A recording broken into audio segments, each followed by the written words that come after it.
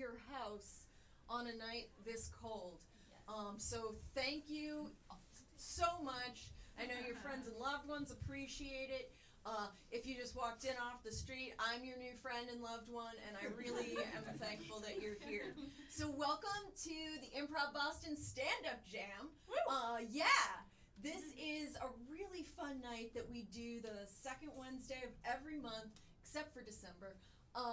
And how it works is, so Improv Boston is a 501c3 nonprofit, and we offer classes in improv and sketch and stand-up.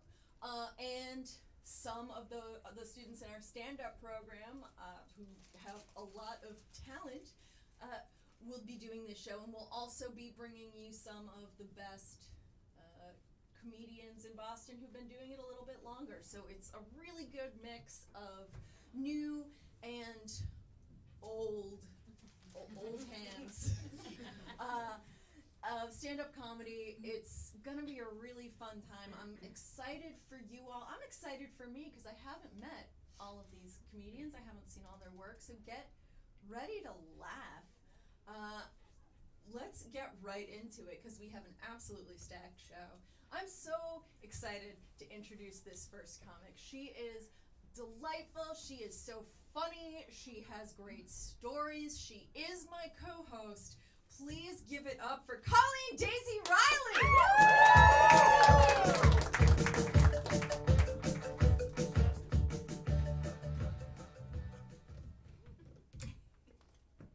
So, are there any parents here? Parents in the audience? Anybody? All right. My peeps. It's a tough gig, right? Parenting is hard. Some people have said that parenting is like a marathon, not a sprint. I'm one of those people that will be finishing my parenting marathon the way that some runners finish the Boston Marathon, you know, with like bloody nipples and diarrhea dripping down their legs. I'm going to make it. It's just not going to be that pretty. I have 4 kids, and I love saying that. I get cut a lot of slack. I probably love saying it more than I love having them. But yeah, I get cut a lot of slack. Like when I walked up here, you were probably thinking like, Chicky could stand to hit the gym. And then I said, and I have 4 kids, and you were like, dang, she looks like she showered today. She's got it going on. That's right. I have, unfortunately, recently gained a ton of weight. I can't really call it baby weight anymore because my youngest is 8. But there was a time when I could just pretend that I was pregnant again. Here's the move. You kind of arch your back and then protectively rest your hand on your belly. See that? I just went from chubby to maternal in 2 moves. I'm 46 though. I don't think anybody is going to buy that I'm pregnant again. 46 is the age where telling your girlfriends that you have a UTI is considered bragging. Back when I was legit pregnant, I had all C-sections. That means my bits are totally intact. My stomach looks like railroad tracks, but you know, it's one or the other. You destroy your bits or you destroy your belly. Pros and cons to both, and if I had it to do all over again, I'd adopt. I keep referring to my bits. I blame my mother for that. When I was growing up, she called everything by the correct term, except below the belt, where her Irish Catholic repression kicked in. She told me I had a tinkle. And my best friend's mother told her she had a front bum. Let that sink in. Yeah. Yep. And then she grew up, had kids, and she told her girls the same thing. Not me. I told my girls the truth. It's a self-mouth. Yeah, I'm such a good mother. So I don't go to church anymore, but a fear of God is still the biggest weapon in my parenting arsenal. Like, you better stop doing that or God's gonna get you. Something happens to one of my kids, like they trip or something, I'm like, see? God got you for pushing your sister earlier. It always sounds like my mother's accent too, which is a weird thing. Irish karma. My middle girl just turned 14. That is the age where you're old enough to get a Facebook account. But according to her, that age is actually 40. Because apparently only us oldies enjoy the Facebook. Which explains why my mother friended me and all my friends. And her favorite thing to post is shirtless pictures of her 75-year-old boyfriend. Oh yeah. It's like you move to Florida and suddenly nobody wears a shirt anymore. I don't know. And God help me if God help me if I don't comment on one of her posts. She'll literally call me up and be like, I saw that you logged on to Facebook. Did you see my post? Were you gonna do a smiley face on that? Were you gonna like that? How about a heart? Do a heart. I see that you logged in right now. Go ahead now, I'll wait. I used to think that Facebook was for stalking your exes. Apparently it's also for stalking your adult children. My oldest girl, she's 22 now, and I try to give her good advice. I try to tell her the things that I wish somebody had told me when I was that age. Like, just the tip, not a real thing. And to appreciate your 22-year-old boobs. Because no matter what you think they look like at 22, that's the best they're ever gonna be. So if you go to a concert, you go ahead and flash because there is an age limit on that. At least that's what security told me at the Jonas Brothers. And finally, I told her to follow the third date rule. Everybody knows the third date rule, right? You have to wait for the third date before, fisting. That's it for me, everybody.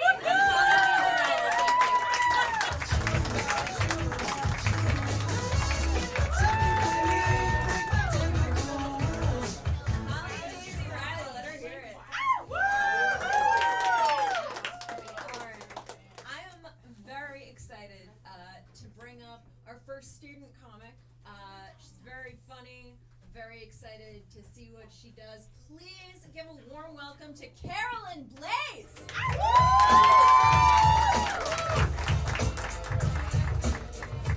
Hey everybody. So the holiday season is here. Don't know if you know. I know it's the holidays because Starbucks released their holiday beverages last week, so they're officially here. It's great. I've already had like 6 peppermint mochas today. Just kidding, I only had 4. But and Starbucks has the mobile app. It's great. You can just order and pay online. Your drink is there waiting for you. It's so easy and convenient. I don't actually have the app. I just go and take other people's beverages. Snooze, you lose, right? So since it's the holidays, that means my birthday is coming up just around the corner, and I'll be 35 this year. And I think that surprises some people because people usually think I'm younger. I had one woman tell me recently, "You look so young. You look like you're in high school." That's not a compliment, let's be honest. I mean, high school was some of the most heinous years for me, physically speaking. I don't want to be associated with that. I feel like I put in 35 good years. I deserve to look like a fully developed woman now. You know what else is not a compliment when you're 35? Being told by someone you're dating that you're fun. Okay? I mean, first off, just that's inaccurate. I'm not fun. And second of all, it's just rude. It's just rude. Like maybe in my 20s I wanted to be fun, but mid-30s I don't want to be fun. No, like I want to be marriage material. Like, I just want the guy to take me by the hand, look me in the eyes and say, "Wow, you're really someone I can imagine nagging me for 2 years. So yeah, I've been doing a lot of the online dating, and I gotta say, it's the worst. Yeah, it's the worst. Like, I'll be messaging with someone, having a lovely conversation back and forth, when all of a sudden, out of the blue, no explanation at all, just no response, just crickets. And I hear it's called ghosting, and I'm not surprised, because I've come to the conclusion, there's no way that this many men could be this rude, right? I mean, there's just no reasonable, plausible explanation except that maybe they died. Probably dead, probably gone. Really a shame so many men in Boston just up and dying. Somebody should probably look into that. Anyway, online dating is hard, guys. It's a lot of work. It's a lot of research. And by that I mean stalking of the Facebook, Instagram, Twitter, LinkedIn, Snapchat. I mean, the list goes on, really. And the really hard part comes. The really hard part comes on the first date, when you have to act surprised at everything you already know. Oh my God, you have a dog named Peanut? Shut up! Or what's worse is when you try not to blurt out something you know about them that you probably shouldn't. So you're divorced. I mean, what? No, I'm just gonna go. It's also really hard keeping up with the online dating sexting lingo. Like, I was not aware that the eggplant emoji replaced the banana for dick. I didn't know. I had some guy text me, "You want to try my eggplant emoji this weekend?" I was like, "Oh, thank you." But I just had my mom's eggplant emoji. Hers is the best. It's the best. I have been seeing this one guy for the past couple of months, though, and new relationships are fun. And by fun, I mean an exhausting juggling act of not looking too desperate or needy, yet available enough to still show you're interested, all the while laughing at all of his jokes, even though you know you're the funnier one. He is really smart, though. He's a scientist, and all his other girlfriends were scientists or doctors, so he's really trying something new, dating a struggling wannabe comedian. I think there was a glitch in that dating app that matched us, but we're so desperate not to go back to online dating. We're just really trying to make this work. I remember the first time my boyfriend came over to my apartment. My landlady likes to display her religious paraphernalia on the steps going up to my apartment. Oh my God. I'm not typically a religious person, but I gotta say, the first time I brought my boyfriend home, I stopped on the steps and I lit the Jesus candle and I said a little prayer that he'd have a giant heart, because that is an important thing to have, as well as a giant eggplant emoji. Thank you, I'm Carolyn Blaze.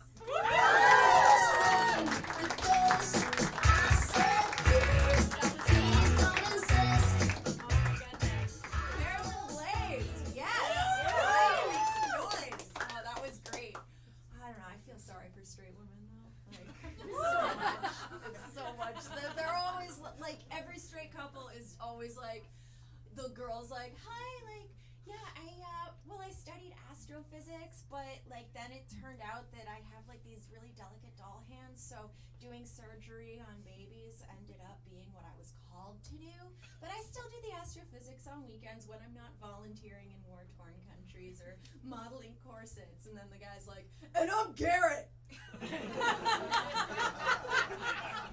It's time to go. I need a ride, babe. All right, our next comic is one of my favorite people. He is so funny.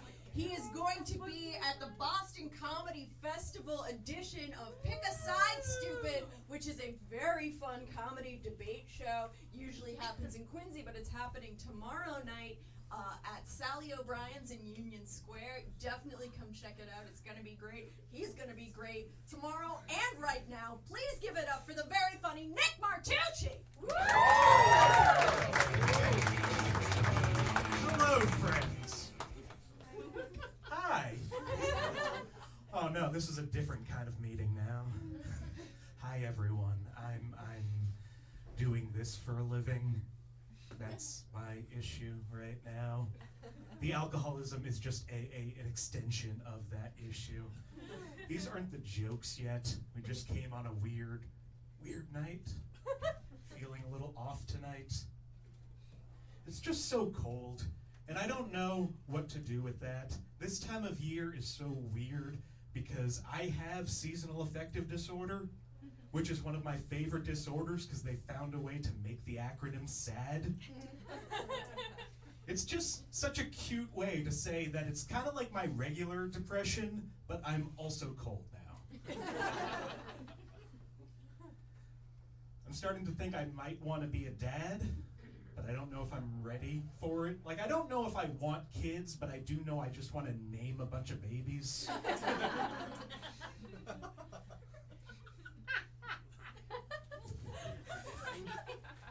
I'm afraid of babies. I think that's my big thing. Like, I want to have a kid, but I don't want to have a baby.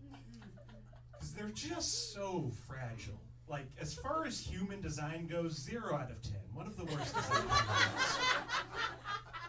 Like, they come out not done.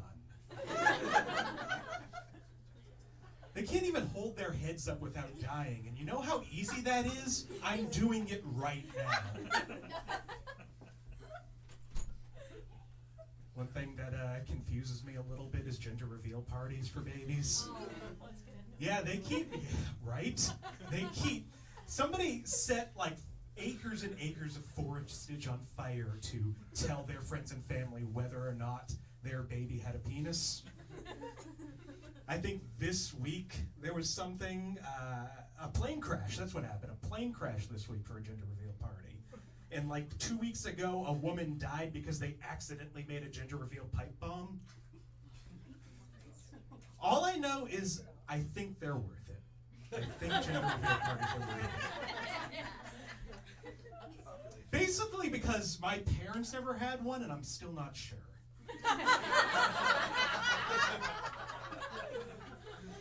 I sort of treat my pronouns like you treat dinner when you're in a long-term relationship. Like, I don't know. What do you feel like? He, him, she, her, they, that. I will respond to anything. I just can't change my own pronoun because I forget. Like, I try not to refer to myself as a man because I don't feel like a man, but I do really like dude. I identify as dude. So whatever pronoun goes with dude, that's me. I guess I identify as queer. Because if enough people call you something, you have to consider it. Here I was thinking that the kids I grew up with were making fun of me. No, they were just intuitive.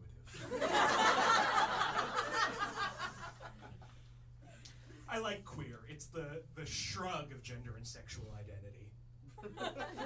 Like, have you ever not known what you wanted for dinner, so you accidentally waited till midnight, grabbed a handful of chips, and went to bed? That is my identity. Like, I should have figured it out a while ago. Now I'm too tired. I don't care enough. Probably gonna make some bad decisions. Some people say you can't be queer, you're just confused. And I am confused how anybody can claim not to be at least a little bit queer when butts exist. Everyone has them, and it's like the great equalizer. Butts are so good, like, you know how you'll eat an ass but you won't share a toothbrush because that's kind of gross? It's the germs, really.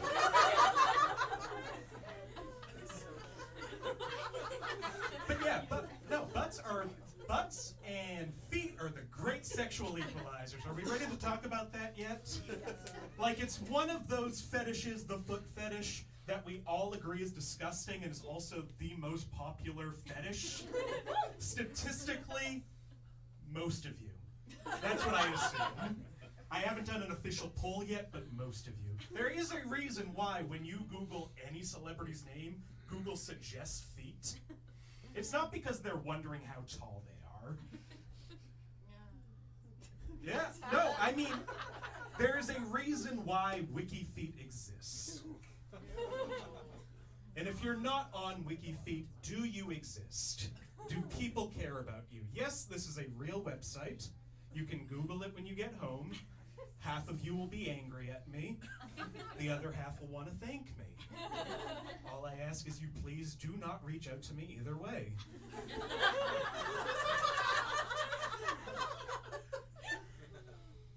trying to better myself, trying to go into the new year feeling like a new, better me. This past year, I have lost 50 pounds. Thank you. You're all so nice considering you don't know me, and that could be a lie. But no, I've lost 50 pounds, and it's great. It's a good amount of weight, because the people who know me, they think I'm looking better. They think I'm looking healthy. People who don't know me think I could afford to lose a few pounds. It's a long time coming. This time last year, I was what my doctor called non-morbidly obese, which is sort of like being fat without the thrill of death behind everything.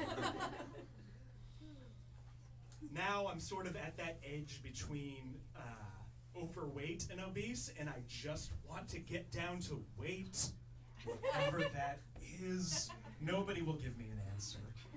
My old doctor didn't care. My old doctor, at one point when I was, bigger than this, when I was bigger than this, he said, you really need to lose weight. Do you want like a diet plan or an exercise plan? And I paused, and he says, you're not gonna do it. And like, he was right, but it still hurt. I'm not saying that everybody needs to lose weight. They don't, Weight isn't tied to your self-being, or at least it shouldn't be. I think if you want to lose weight, lose weight. If you don't want to lose weight, don't lose weight. Just try to love who you are, love the body you're in. My goal is to just be hot enough that when I talk about loving your body, people get angry at me. I've been Nick Martucci. Thank you so much.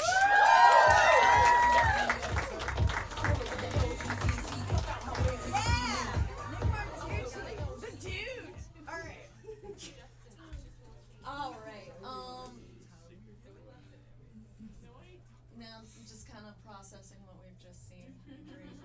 All right, our next comic is here.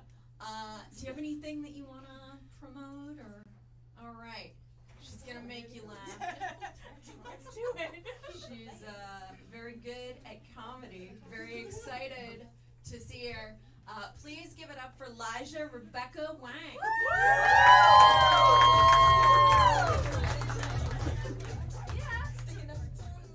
Hello. So recently my friend did those DNA testing, and then she's like, you should do it. And I'm like, why would I?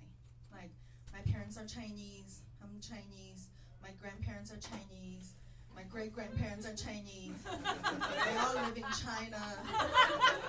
Like, what would the DNA test tell me that I don't already know? Like, I'm 1,000% Chinese, right? I look at the DNA test, I'm like, oh my God, I'm 25% British. I guess my grandma did get raped by the British soldier during World War II. Thanks, ancestor.com. I'd like to get the rape joke out of the way so we can all be uncomfortable together. So, as a Chinese person, people will ask me questions like, was your mom like a tiger mom? It just really upsets me that people would just assume we Chinese kids all have parents that love us. My mom was more like those Real Housewife moms. Like, she would sign me up for violin classes, but she would be too drunk to drive me to any. This is a true story. For my college graduation, she gave me a car as a present. But the bigger present is she told me she was gonna give me plastic surgery money, but realized I don't need it anymore. So, really nice of her. So, later in her life, she actually became a Christian. Yeah. I really suspect that she just heard that story about how Jesus turns water into wine, and she's all like, oh my God, say no more, sign me up, hallelujah, Because my mom loves wine, but as a Chinese woman, what she loves more is free wine. As a Christian, she really did try to become a better person, like less superficial, So one day she said to me, she said, daughter. She calls me daughter. She said, daughter. It sounds less weird in Chinese. She said, God loves everyone, even the ugly ones. And then she said that after I asked her, has she seen my cousin's baby? So,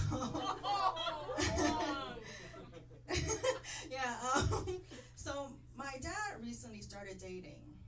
Don't worry, my parents are divorced like a long time ago. Can you imagine? Like, surprise mom, who needs plastic surgery now, huh?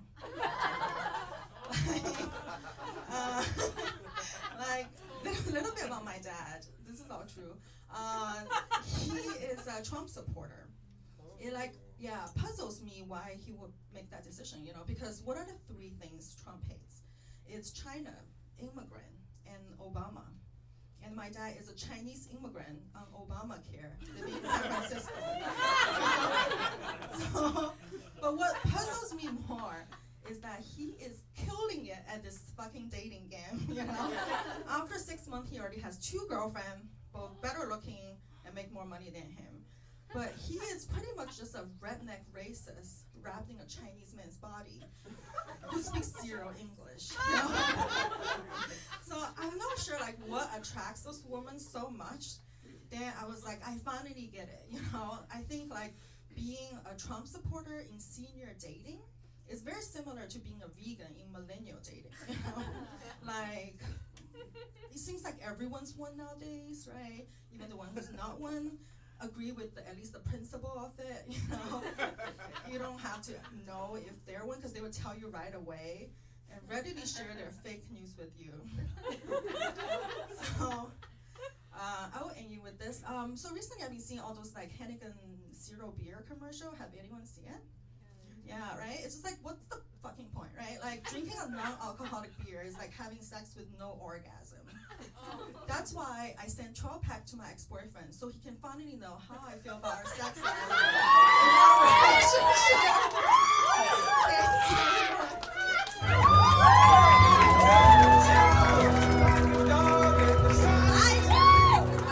Oh my goodness, that was great. Fantastic. We can't. We've got too much great talent coming this way. Keep it rolling. Your next comic told me to make up some of his credits. He doesn't feel he's done enough, but that's crazy because he has appeared on Conan.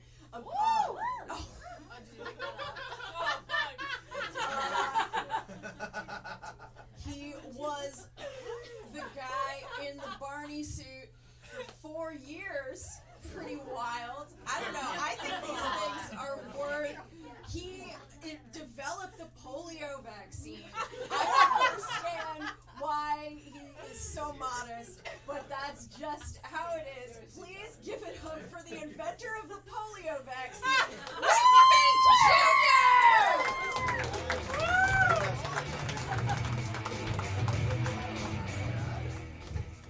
All right. Remind me to never let the host say whatever they want. But I did make the polio vaccine. No, I had to get a babysitter tonight, so obviously I went on to Craigslist. Why are you guys laughing? That's where I found my last 3 wives and a really good deal on a couch. This summer I had to live in a hotel with my family for 4 months. That's long enough to know that a hotel is just like a prison. The beds feel the same, the food's terrible, but I kept telling myself, don't worry, at least here in the hotel you can safely sleep on your stomach at night. Okay. Cambridge, are we just not getting the joke, or have to pantomime this for you? I only got 5 minutes, you gotta keep up. All right.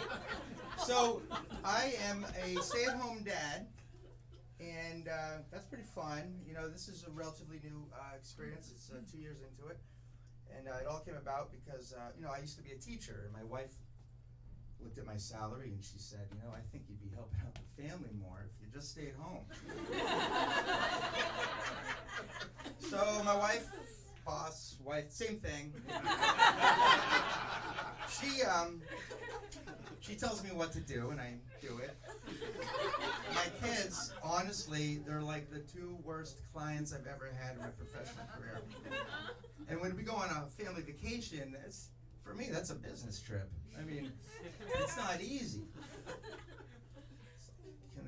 Last time we went out, let's see, what did I have? Some problems. I couldn't get my clients into the strip club. handle their liquor. But you guys look like a young crowd here. Anyone engaged? Anyone thinking that maybe someday they might get engaged? Can someone just raise their fucking hand and go on? Thank you. All right. Okay, people. So here you go. Okay. Don't get offended. Please don't get offended if anyone ever asks you if you guys want to have kids. They're not being nosy. It's not personal. It just means that you're really good looking. That's just the setup. You let me finish the joke?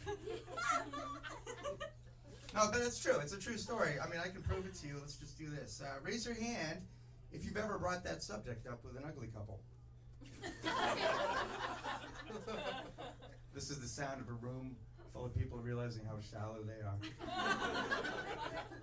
I'll tell you something. I got to wear my cousin's hand-me-downs when I was a kid growing up. Would have been cool if he was straight. Every day going to school is the same thing. The kids would, bully at school would give me trouble and say things like, "Hey, nice shirt, Rick." And I'd stick up for myself. I'd say, "It's a blouse, bitch." What the fuck did that guy know about fashion anyway? He's a shitty shop teacher. Had 7 fingers.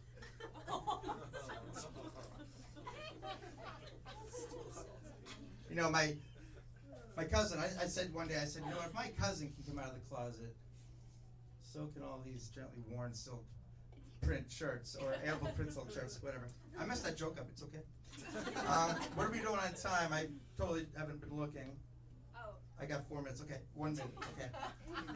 So I got a daughter, she's 7, she says to me, when she was younger, this is the biggest problem I ever had, she says, "Daddy, I love you so much, and when I grow up, I want to marry you." Who just said aw? She didn't know? You think she thinks it's cute? I think it's fucking disgusting. I mean, do you know how hard it is to let down a little girl? It's like, what do you tell her? Like, "Oh, I'm sorry, honey, we're just not intellectually compatible." Sweetie, look, I'm your daddy, you're my daughter, and this is not West Virginia.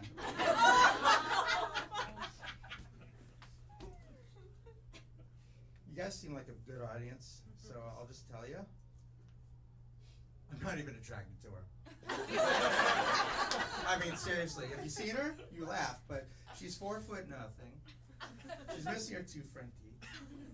She looks like a little kid, a little crackhead with her mother's eyes. Guys, thanks a lot. I had a good time.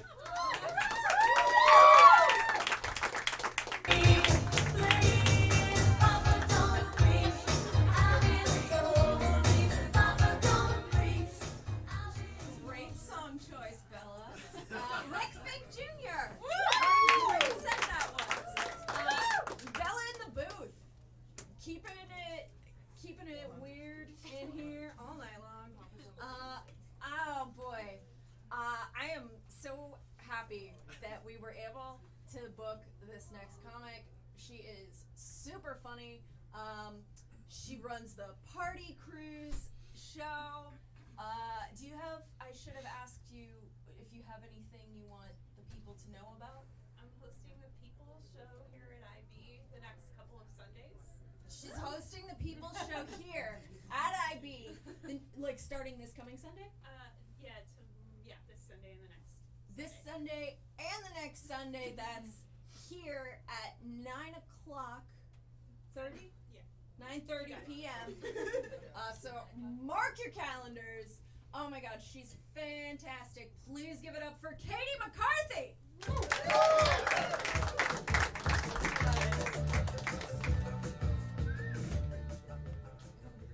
So I'm from Lynn, Massachusetts. It's just north of here. And I don't know if you guys know about it. It's kind of like how Somerville used to be. Somerville used to be called Slummerville. And now it has all this like hipster shit. It has that axe throwing bar. And in Lynn, it's still free to drink and throw weapons. So that's the kind of place it is. And as such, it has a warning rhyme. And this is how you learn it. Okay, you're gonna drive like up the coast, and you'll know you're there when it starts to smell like the ocean farted. Okay? And then you're gonna be greeted at the city line by this defective Wahlberg brother. Like, he's not hot, but he's still racist. Okay? And then he tells you the rhyme, he's like, Lynn, Lynn, the city of sin. You never come out the way you came in. And then you just enter through this Dunkin' Donuts that used to be a children's hospital. There. And then if you grow up there, how you learn it is we say it instead of the Pledge of Allegiance. Okay? We don't like salute a flag. We salute like a photograph of a teen dad named Ricky. Just like leaning on a Corvette. It's got like one of those decals of Calvin on the back. It's like peeing on the New York Yankees logo, which is them peeing on the word reading. Okay. And so I'd love to break this rhyme down for you. Lynn, Lynn, the city of sin. Okay, so you're thinking, oh, city of sin, sin city. So like Vegas, no. The only gamble you're gonna make in Lynn, Massachusetts, if you go to that Lynn Wendy's, you get the burger, and you're just like, yeah, this can make me fail a drug test. And then the second part goes, you never come out the way you came in. And it's not like you went to the beach, you just like figured out the meaning of life. No, it's more like, oh, I never thought I'd watch a man stab a goose. For acting too gay? What's going on here? Is that joke classist, audience? I don't know. I don't know. I mean, I'm still kind of white trash. I'm trying, no, so I'd say right now, like white composting bin. Why? Is there a whole jar of mayonnaise in here? Okay. Gotta say, folks, I am glad that the cold weather is here for one reason.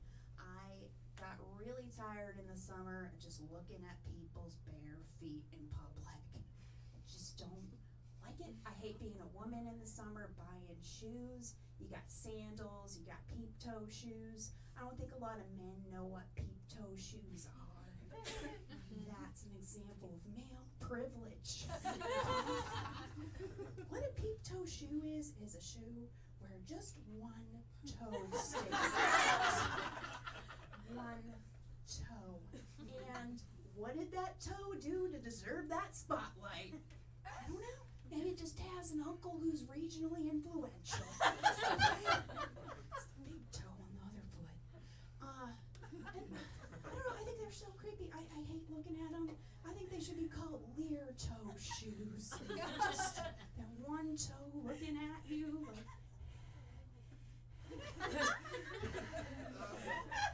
And he's got paint on his head too. You're sitting on the train and he's just like, I got some stuff we can smell later. It's really scary. And then peep toe shoes, like, oh, this just sounds like my worst nightmare, a peeping toe. I'm just sitting in my apartment, I'm doing my face mask, I'm listening to my 7 podcasts about Jeffrey Epstein. And I'm just like chilling, and then I just get the sense something's around the corner, like, and I catch it, and it's just like, I'm not leaving until you smell me. It's really traumatic. So I like staying inside, but I like going outside for one reason. I love seeing dogs in public. It's very bad to be around me if I'm seeing a dog in public. Like if I see a corgi in a raincoat, right? It's like I've seen a movie star. It's like I've just seen Tom Cruise, but tied to a parking meter. Okay? And I get freaked out. And then Halloween's so great for me. I like I'm seeing all these like golden retriever. I saw this golden retriever in a T-Rex outfit. And it's just like immediately I call up my senator and I'm like, Liz, where does it say a golden retriever cannot be president? And she said, well, Beto O'Rourke did drop out, so. And they usually don't make it to 35, Katie. Anyway, I'm voting for Bernie Sanders now. Yes. I love animals. Oh my God, I love them so much. It's great. I just have to go to an animal shelter. It's like I'm on vacation. It's like I've gone to Hollywood. Like everyone there has also been abandoned too, huh? It's so amazing. I saw like the Beyonce of parakeets, like just singing this beautiful song. So beautiful. And then its dad made it knock the other two birds off the perch. What? No Destiny's Child fans in here. I'm still hurting. It's 1998 in my mind all the time. I saw the Taylor Swift of lizards. Wow, this lizard just kept walking around like it didn't come from money. Then I saw the Michael Jackson of hamsters. It was dead. All right, you guys have been fun. Have a good night.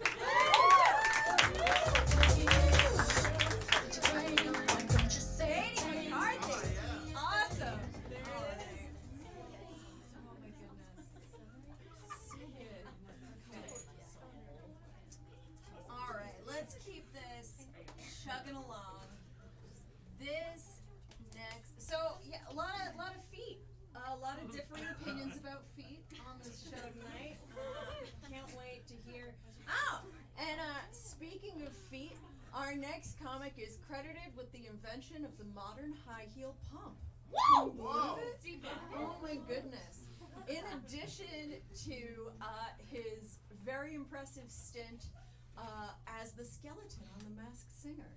So you're really in for a treat. Please give it up for Nick Rich!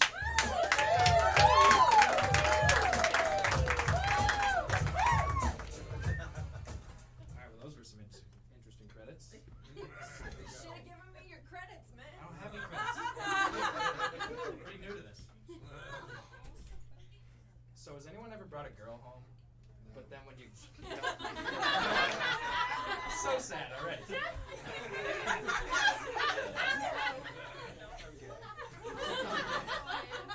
Fair enough. Anyone ever brought a girl home, but then when you got home, your parents were still up?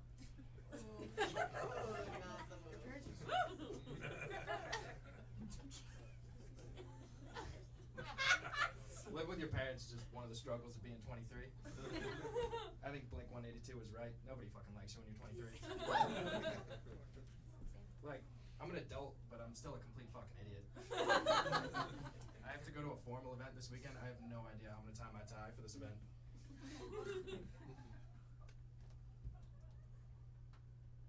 Yeah, being 23 can be tough.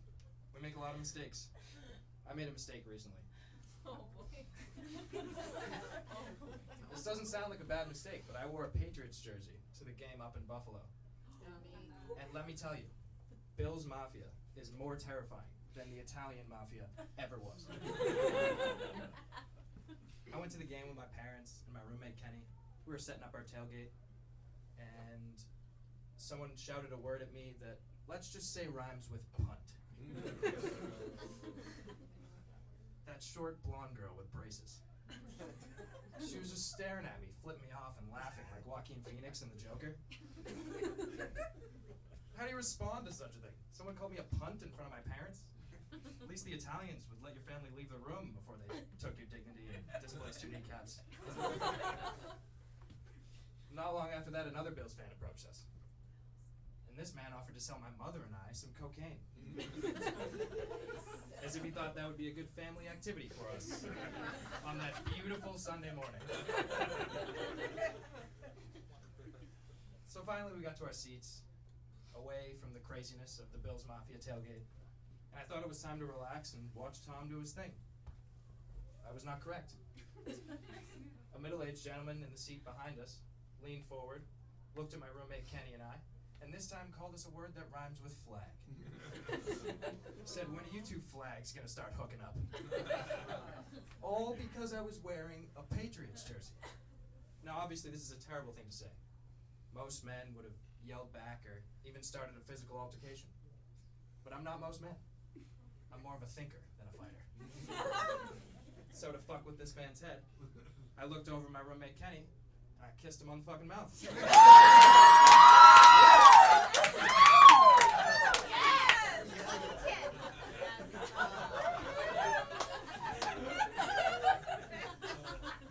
So, my point is, the Italian mafia may be an organized criminal society involved in drugs, gambling, and numerous other crimes.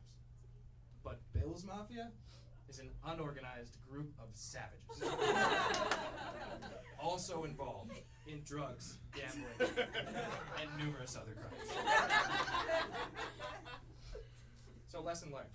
Watch out if you're gonna wear a Patriots jersey in Buffalo. Another lesson I've learned throughout my 23 years is that most of the shit your family told you growing up, total bullshit. Like when I was a kid, my grandfather used to tell me smoking weed leads to heroin. He'd always repeat the same story. I smoked weed once in high school and I got high for 3 days. And my dumbass believed that shit. Then I turned 17, smoked a J with a couple of my buddies, and realized Grandpa's a fucking liar. Weed's great. But don't get me wrong. I love my grandfather. I really do. I have nothing against him, except for everything that he believes in. Like, my grandfather's so Catholic, his version of a romantic getaway with my grandmother is a silent spiritual retreat in which they don't speak for 10 whole days.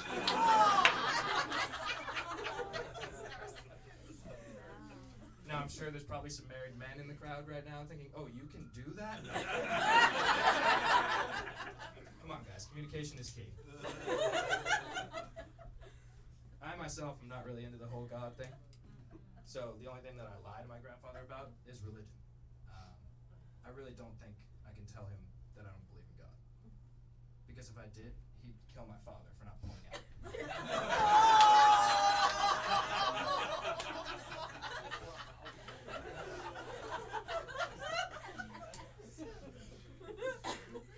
Sorry about that one, Dad.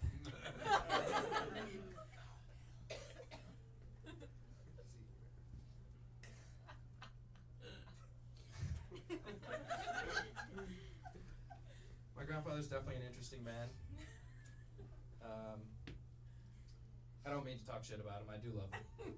But he says some crazy shit sometimes.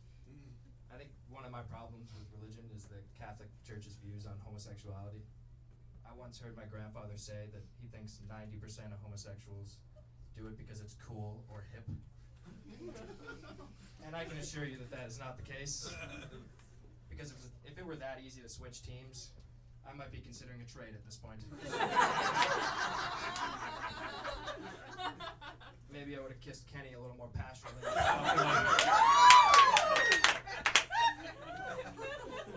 Hey, come on. I mean, I'm looking for love. And let's be real. There is a lot more dudes out there trying to spend their Sundays having sex and watching NFL Red Zone. Quick shout out to Scott Hansen there. So, I'm 23 and I still have a lot of stuff to figure out. But there's one thing I know for sure. If you judge people based on their religious beliefs, their sexual orientation, or their marijuana intake, you're kind of a punt. Thank you.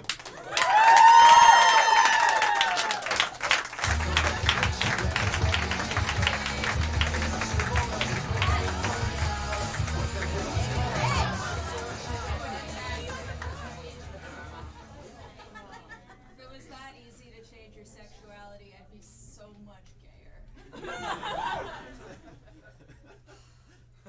This is not the place to talk about the most destructive force on the planet.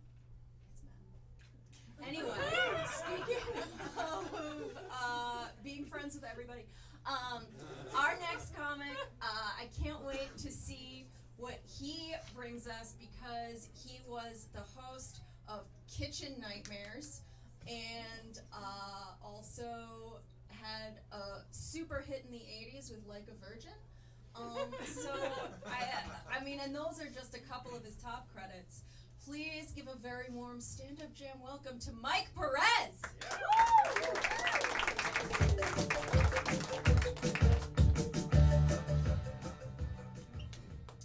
I'm still a virgin. Hello, Cambridge. Anybody have a plastic bag I can borrow? I admit it, I do miss plastic bags. Kind of like I miss The Cosby Show.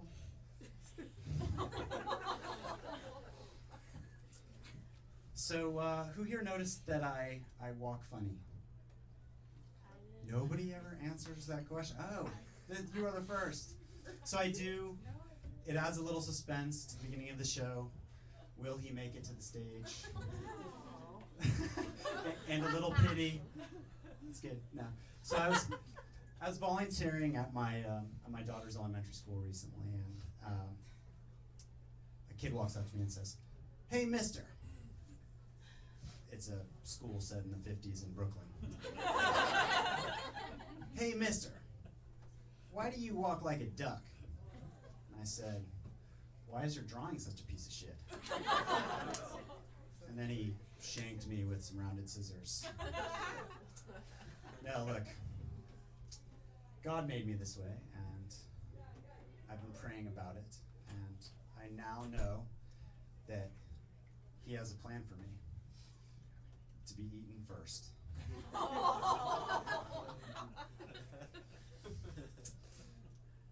So I know that I look harmless, but I'm Jewish. My mom's actually a refugee, no big deal. She was actually born a refugee in China during World War II, so she invented eating Chinese food on Christmas. A hero of my people. And I was talking to a friend recently, a friend from high school who's anti-immigration. We've all got one. And, I was about to engage him in a rational debate when I thought better of myself, and I decided instead to relate to his fears. And I said to him, "Look, you want to close the door to this country? I like to close the door to the bathroom when I poop. Potato, potato, we're all feeling vulnerable." But look, we make room for everybody, right? We build public restrooms.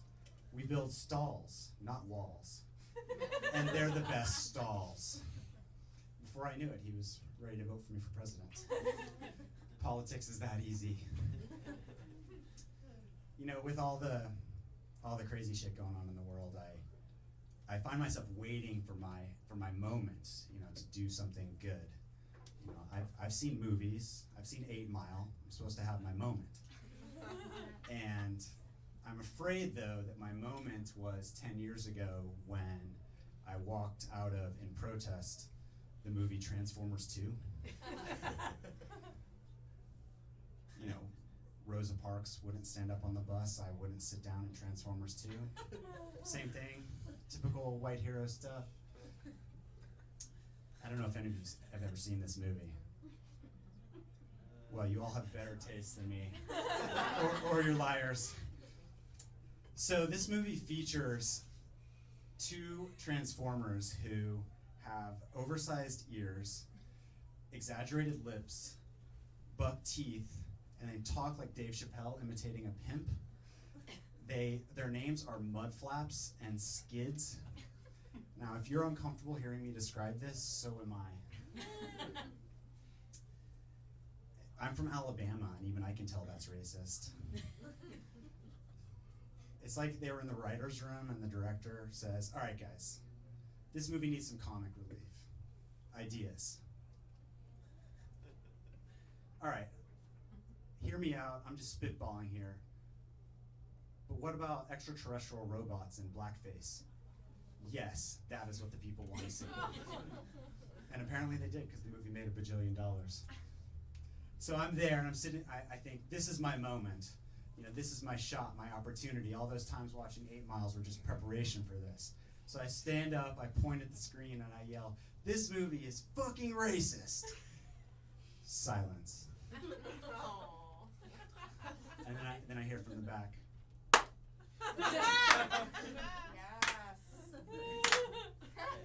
Just one clap, nobody else joined in. Now, what I hear from the back is, Sit down. You hate America. How did he know? I had nothing to say back to that. I just had to walk out of the theater like a duck.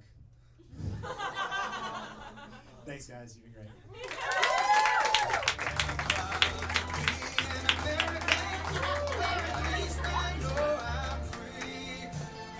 Hey. Awesome, Mike Perez, let him hear it. All right, I'll keep this rolling. Our next comic, wow, she's so funny. She was the inspiration for the movie The Social Network. She is famous for owning like 36,000 pairs of shoes. Yup, seen 'em. And she's very funny. Please give it up for Britt Boylard.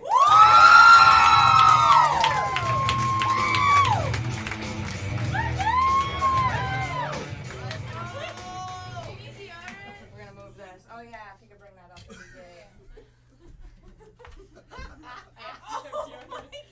Wait, hold on. Do you need it? Do you want it? Yeah. Does this count for my time? In case you show a nip, like I don't wanna. We're good. Top salad. Oh god, it's so sweaty already. You smell great now. Hi.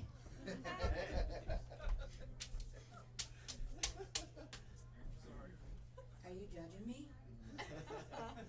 For this? For this piece of paper? You're fucking judging me right now? This is a prayer. My grandmother gives me one. It's for good luck. Every time I'm up on stage. Alright. You guys wanna hear some? Yes. It starts with, hey everyone. Open parentheses, pause for extreme loud roar and cheering from audience. Close parentheses. How's everyone doing tonight? Just kidding, it's not a prayer. That was a lie. First and foremost, I want to start off with an apology. First of all, I'm sorry, we got off on the wrong foot. Let's connect. Let's rebuild this trust within these next 5 minutes, right?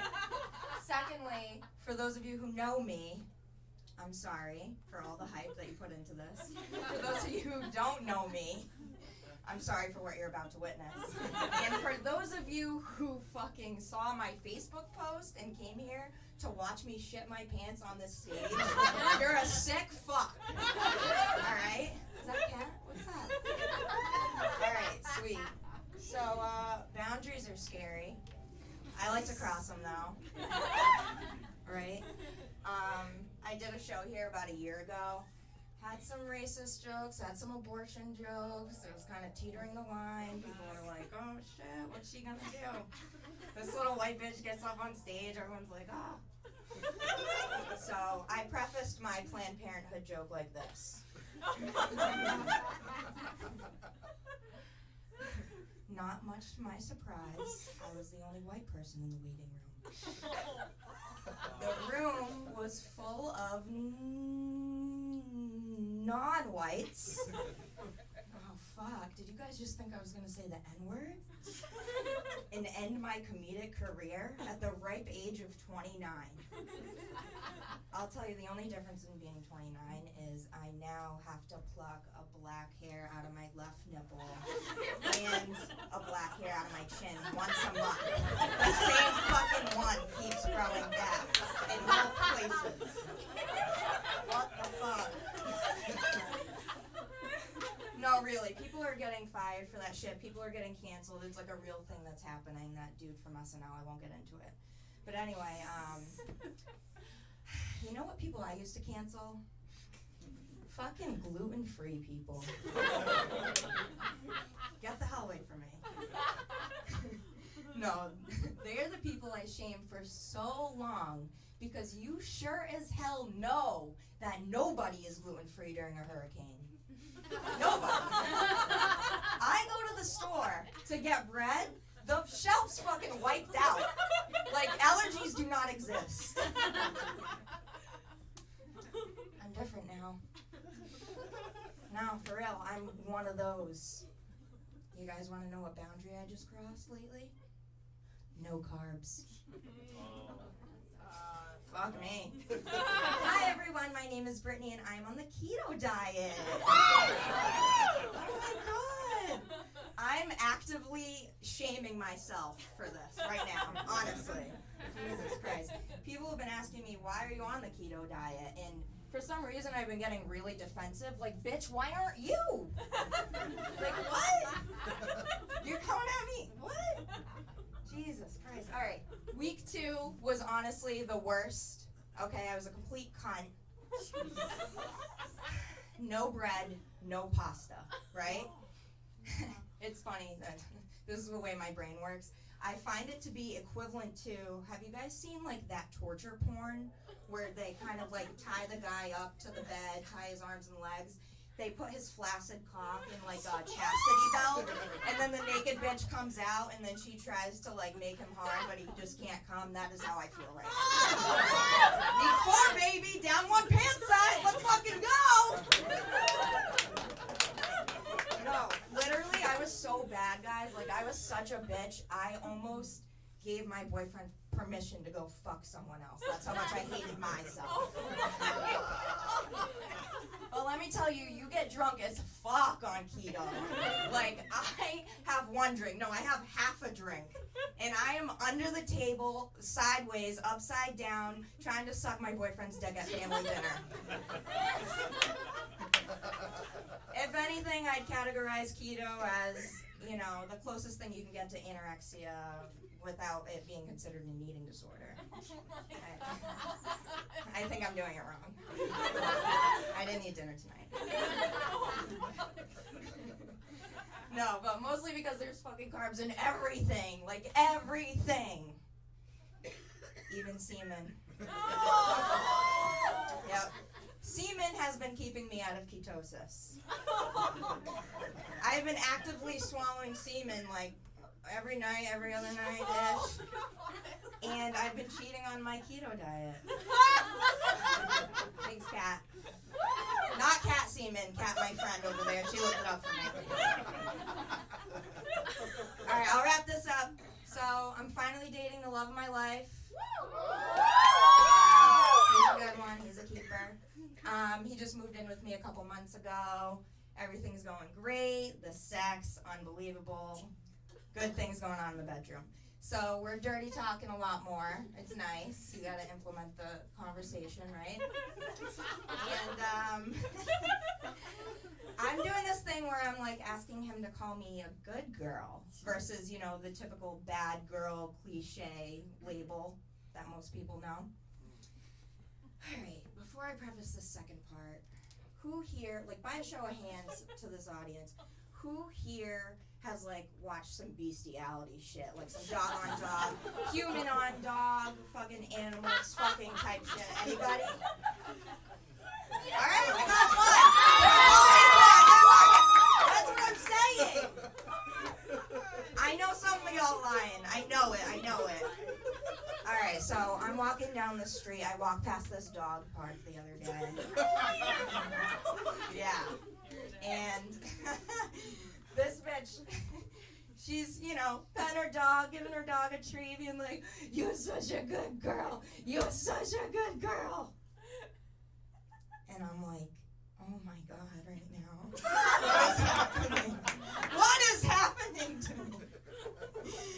All right, guys. Amen. Thank you so much.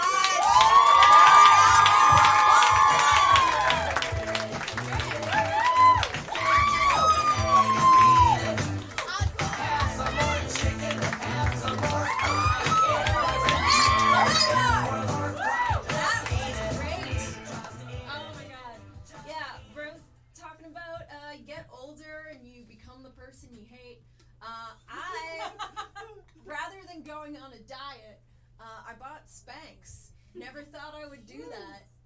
I'm not really like trying to be like smaller per se. Like whatever. I'm gonna take up all the space I want. Women should take up our space. Yeah. But you know, the Spanx, they create a nice line because the thing is, I've got my thighs, my belly, my ass is great, but there's the hip dip. I'm not a fan of that. it's you want the violin. You don't want like the violin and then like another part of the violin. So I would never have bought the Spanx if I could have just gone like, just like pop them out, keep moving. But I did, and then I was very surprised how like comfortable and really comforting they are. It's like being swaddled like a baby. It's like if the patriarchy had invented Temple Grandin's hugging machine, it would be Spanx. All right, we've got one more comic for you. You guys ready? Wow, she's fantastic. We're very lucky to have her. She hosts Ferris and Friends, which is debuting in here directly after this show. So stick around for that. She's so funny. Boston Comedy Festival finalist, and just, gosh, great comic, great person. Please give it up for Kathy Ferris.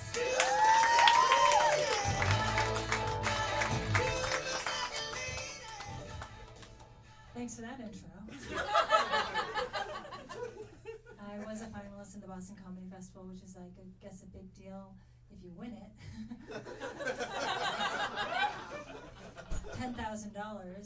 I was very confident and did not win it. It was a very hard day at Chico's when I had to return all those things that I was confident that I was going to buy. So, this is nice. This is nice. I do have a show right after this, and I was just alone in my car drinking. And you too?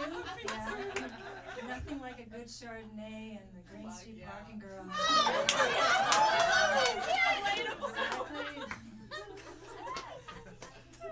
I recommend level 2. This is nice. This is like a nice big night out on a Wednesday, right? Big night out for me as a stereotypical middle-aged woman. Just in. Drinking alone, pretending to fold laundry, solving already solved Dateline mystery murders. I'm incredibly inaccurate at it. There's been more than 2 occasions that I've pinned this whole thing on Lester Holt. But I still do it. I do. I love true crime. Anybody else love true crime? Yeah. I like that we're raising our hands in a dark thing. I love true crime. Do you listen to podcasts or do you watch documentaries? What do you do? Documentaries, yeah. I do that. I do podcasts. I love listening to podcasts. Not only are they scary as hell, but they're also educational. I found out that we should all have an If I Go Missing file on ourselves. Crime junkies. Yes, crime junkies. Oh my gosh. Okay, thank you for not raising your hand. Do you have one? Do you have a file? No. I do. Oh, okay. I mean, it really does come in handy. My husband has no idea what my blood type is, okay? I don't know what my own blood type is. Or the color of my eyes, so this thing's If my husband had a file like this, he'd have things like tax forms, life insurance papers. Mine has a list of people to notify right away, so they can feel real bad about the way they treated me. I've got a photo of myself. I like a good photo of myself. And you should always have one good photo, because if you don't look good, nobody's looking for you. That's just the way it is. I do have one with my roots grown out, so you can see my real hair color, just in case this thing takes more than 30 days.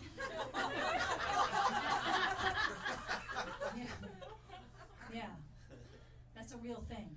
I'm not really like afraid or worried about getting abducted. Are you afraid?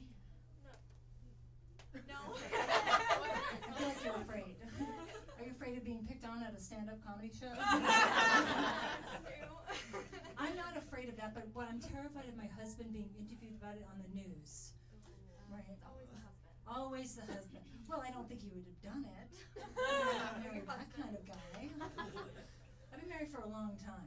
Okay. Yeah, like 27 years, so yeah, killing it. I guess that wasn't a good pun, right? I just thought of this. This is like improv now. She's singing songs. Yeah, I'm married to he's a computer programmer. I know what you're thinking, right? Bet her antivirus software is up to date. That's none of your damn business. My husband says that I kind of look like Princess Di, but with the facial energy of Prince Charles. Right, and that's the kind of stuff he'd say on the news. Right? I mean, he'd backpedal a little and be like, well, I mean, she doesn't light up a room, but for a 51-year-old housewife, she could pass for a 43-year-old Owen Wilson.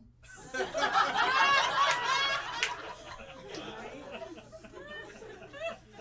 And here's the thing, when you have somebody appealing to the public about how search party worthy you are, you want a good spokesperson. And typically your spokesperson is the person you married. And people don't think about that. And I didn't either, because the heart wants what the heart wants. Like, I am a sucker for an ambitious guy with a video game addiction. I mean, I'm throwing a little, I don't know, unprovoked, impulsive road rage. And I am yours. That's describing my husband to a T. Here's the thing. If people listened to my husband, nobody would give up their Saturday and walk side by side through the woods for a lady who brings her own cheese to Burger King. I do bring my own cheese to Burger King. Anybody else? No. You know they charge you extra at Burger King, right, for cheese? Like if you have a coupon and you're getting a BOGO, I don't know, I feel like I'm doing a PSA now. This isn't even part of my set. Anyway, I do, but I don't bring one to Burger King now. I don't like Burger King. I don't care for their fries or the elderly gangs that loiter out there. You know what I'm talking about? Yeah, right? That's not it. That's not a garden club. That's a gang. I don't care how old you are. A gang is a gang. Same rules apply. You don't mess with their money or their drugs. And stay the hell off their turf. I mean it. Like if you're going in there, just do not engage. Just go right, get your mid-morning McFlurry, and get the hell out of there.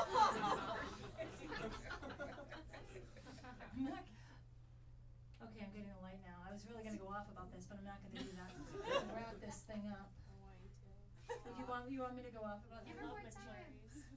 You love McFlurries? You like McFlurries?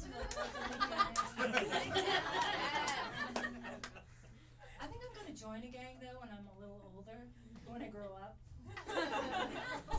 Who am I kidding? In like 5 years, I'm going to be doing this thing.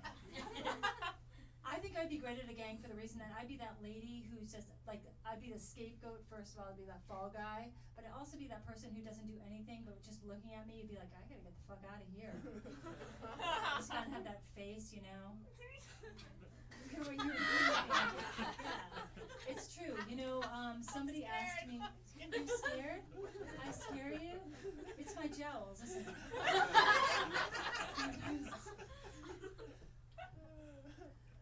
Now I just went off the rails. This has been fun, right? Yeah. How many here are supporting Friends? Wow, you guys are nice. Did you laugh for everybody, or did you just reserve? Did you come in here and be like, I am not laughing till Pat gets up there. I am not laughing. This is limitless laughter. Yeah. Okay, well, I think I'm just going to end there. I'm Kathy Ferris. I'm a little buzzed, and you guys